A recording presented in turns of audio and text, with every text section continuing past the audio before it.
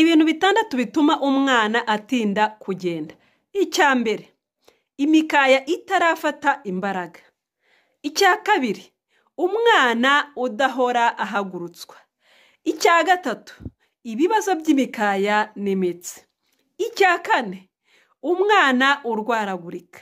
Icya gatanu, umwana utiyongera ibiro.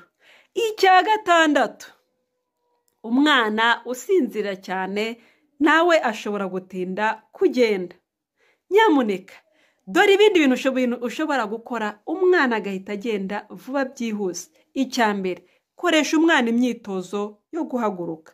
Icya kabiri, kugendera ku bikuta, gerageza umufashe agendere ku bikuta.